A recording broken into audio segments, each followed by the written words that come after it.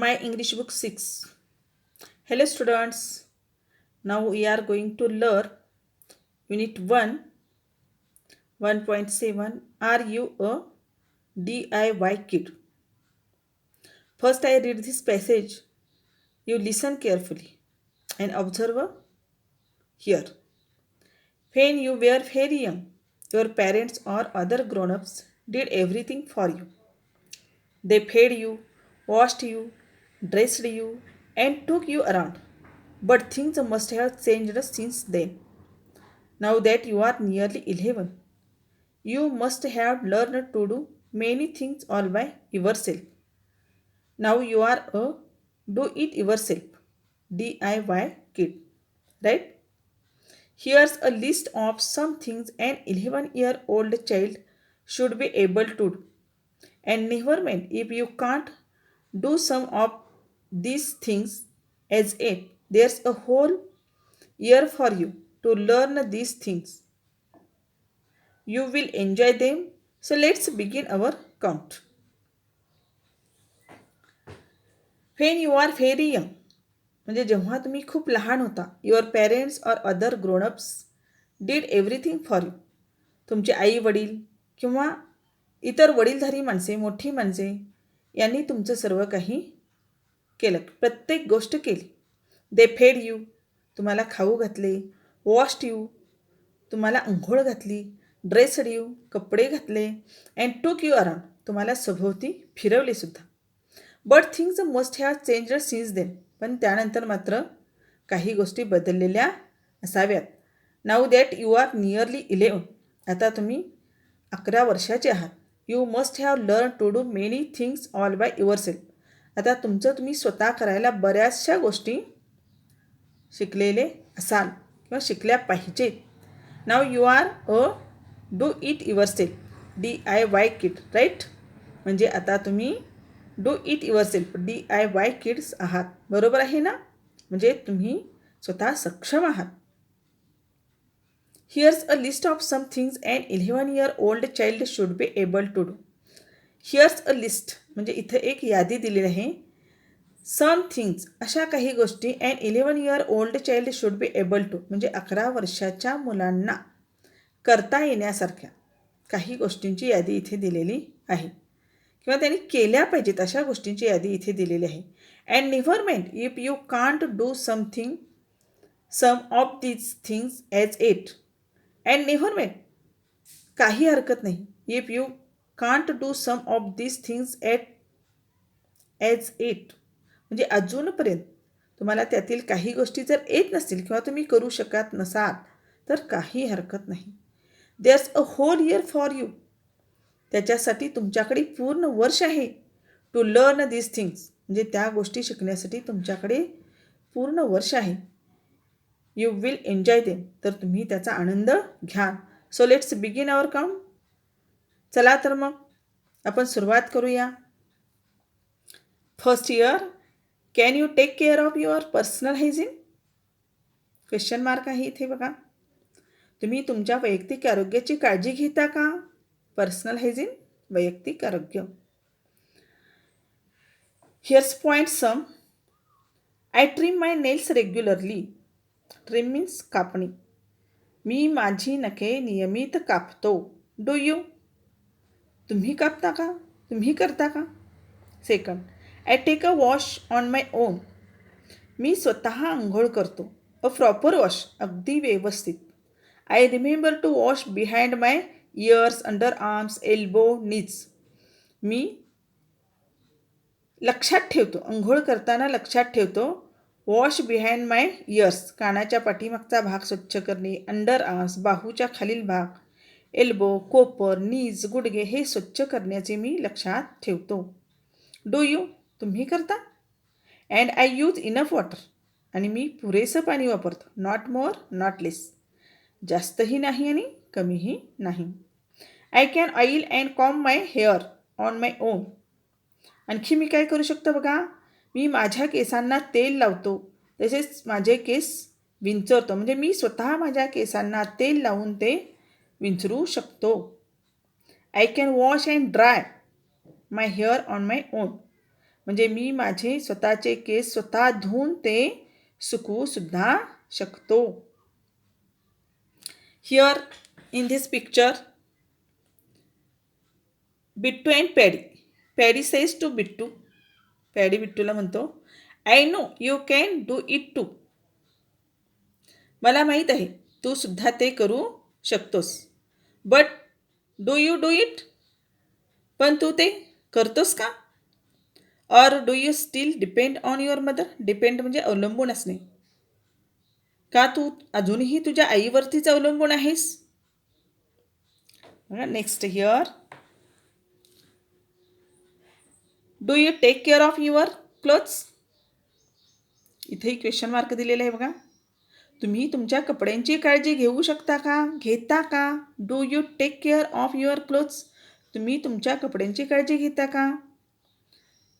तर कपड्यांची काळजी कशा पद्धतीनं घ्यायची ते इथं पॉईंट्स दिलेले आहेत पहा. First point, I can even wash my own clothes when necessary. Necessary म्हणजे आवश्यक. आवश्यक तेव्हा. व्हेन नेसेसरी म्हणजे आवश्यक तेव्हा. I wash my undergarments every day. Every day दररोज. I can even wash my own clothes when necessary म्हणजे जेव्हा आवश्यकता असेल तेव्हा मी माझी स्वतःचे कपडे धुवूसुद्धा शकतो.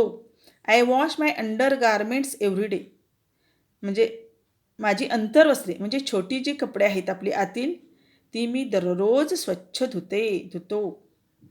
Second point, I don't stock up used and soiled clothes. I put them in the washing bucket on time. I brush or scrub the soiled parts with soap before I add them to the washing pile. I don't stock up म्हणजे मी साठवून ठेवत नाही.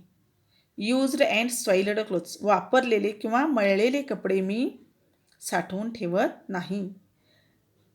I put them in the washing bucket on time म्हणजे वेळच्या वेळी मी ती कपडे washing बकेटमध्ये टाकतो म्हणजे धुण्याच्या कपड्यामध्ये ठेवून देतो. I brush or scrub the soiled parts with soap. Soiled parts म्हणजे मळलेला भाग, घाण झालेला जास्त जो भाग आहे त्याला मी साबण लावतो, ब्रश करतो, घासतो. Before I add them to the washing pile म्हणजे कपड्यांच्या कपड्यामध्ये धुवायला टाकण्यापूर्वी मी मळलेला जो भाग आहे तो साबण लावून ब्रशने घासतो, स्वच्छ करतो आणि मग धुण्यामध्ये ठेवून देतो. I can hang the clothes neatly in bracket without creases to dry on the clothes line. I can hang the clothes neatly म्हणजे मी माझी कपडे नीट वाळत घालतो. विदाउट क्रिझेस म्हणजे सुरकुत्या न ठेवता, घड्या न ठेवता. To dry on the clothes line म्हणजे कपडे वाळत घालण्याची जी दोरी असते त्याच्यावरती मी सगळी कपडे अगदी झटकून व्यवस्थितपणे वाळत घालू शकते. Last, I can fold all clothes neatly. आणखी काय करू शकते? तारा बोलते बघा इथे. मी काय करू शकते म्हणते, I can fold all clothes neatly. सर्व कपडे मी अगदी व्यवस्थित घड्या करू शकते. सर्व कपड्यांच्या व्यवस्थित घड्या करू शकते. हिअर तारा काय म्हणते, you too can do all this. तुम्ही सुद्धा हे सर्व करू शकता. Have you tried. तुम्ही प्रयत्न करा. तुम्ही प्रयत्न करताय का विचारते ती. हिअर ककू ती खेळत आहे पहा. Next page number 24.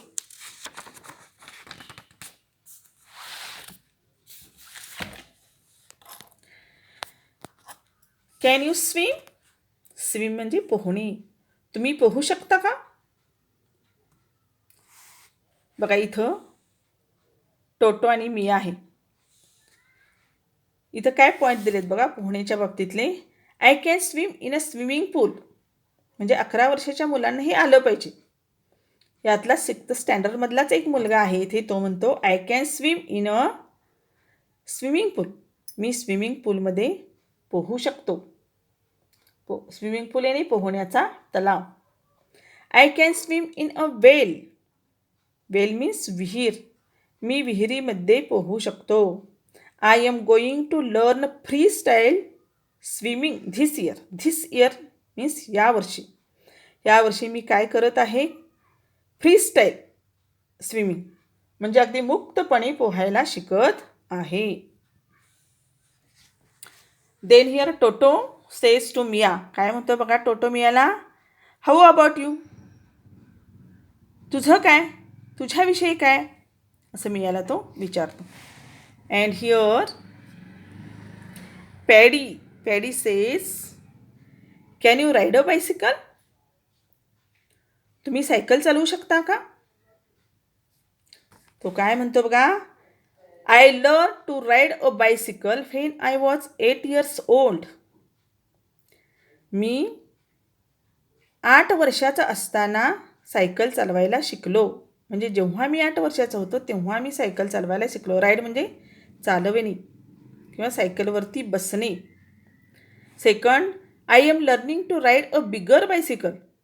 आता मी काय शिकत आहे? आय एम लर्निंग मी शिकत आहे to ride a bigger bicycle म्हणजे मोठी सायकल मी चालवायला शिकत आहे. I am going to learn it in the vacation. आणि ते मी कधी शिकणार आहे? व्हॅकेशन. इन द व्हॅकेशन म्हणजे या वर्षीच्या सुट्टीमध्ये मी ते मोठी सायकल चालवायला शिकणार आहे.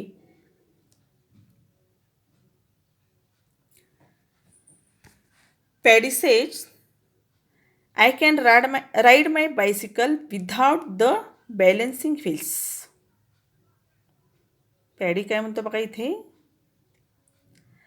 आय कॅन राईड म्हणजे मी सायकल चालवू शकतो. विदाउट द बॅलन्सिंग व्हील्स म्हणजे जे बॅलन्ससाठी ती छोटी छोटी जी चाकं असतात त्याच्याशिवाय मी सायकल चालवू शकतो. Here you should care for at least 1 plant. बघा इथं तुम्हाला क्वेश्चन नाही विचारलेलं, तुम्हाला इथं ऑर्डर दिलेली आहे. थोडक्यात तुम्ही काय केलं पाहिजे? You should care for at least 1 plant म्हणजे तुम्ही कमीत कमी एक रोपट्याची तरी काळजी घेतली पाहिजे. म्हणजेच एक रोपटं लावलं पाहिजे आणि त्याची काळजी घेतली पाहिजे. बघा इथं मिट्टू बोलते असं नाही तारा बोलते असं दाखवलेलं आहे इथं. Tara says my aunt gave me this little plant म्हणजे माझ्या काकीने मला हे छोटं रोपटं दिलेलं आहे. I water it every day मी त्याला दररोज पाणी घालते. I loosen the soil around its roots from time to time वेळच्या वेळी. I loosen the soil around its roots म्हणजे त्याच्या मुळाभोवतीची जी माती आहे ती मी वेळच्या वेळी मोकळी करते. I add a little compost to it every 2 to 3 months 2 ते 3 महिन्यातून एकदा मी काय करते? त्याला कंपोस्ट खत घालते. अ लिटल कंपोस्ट म्हणजे थोडंसं कंपोस्ट खत घालते. बघा तारा इथं काय म्हणते आणखी? ताराचं हे रोपटं आहे तिनं लावलेलं त्याला ती वॉटर करते बघा आणि काय म्हणते बघा? I love my plant. My plant loves sunlight. मला माझं रोपटं आवडतं आणि माझ्या रोपट्याला सूर्यप्रकाश आवडतो. Then here Mithu says. Mithu काय म्हणतो बघा? Different plants need different kind of care म्हणजे वेगवेगळ्या रोपट्यांची वेगवेगळ्या पद्धतीने काळजी घेणे गरजेचे असते. Can you dress up for a special occasion on your own. Special occasion म्हणजे खास प्रसंगी. खास प्रसंगी तुम्ही स्वतः कपडे घालू शकता का? स्वतः ड्रेस करू शकता का?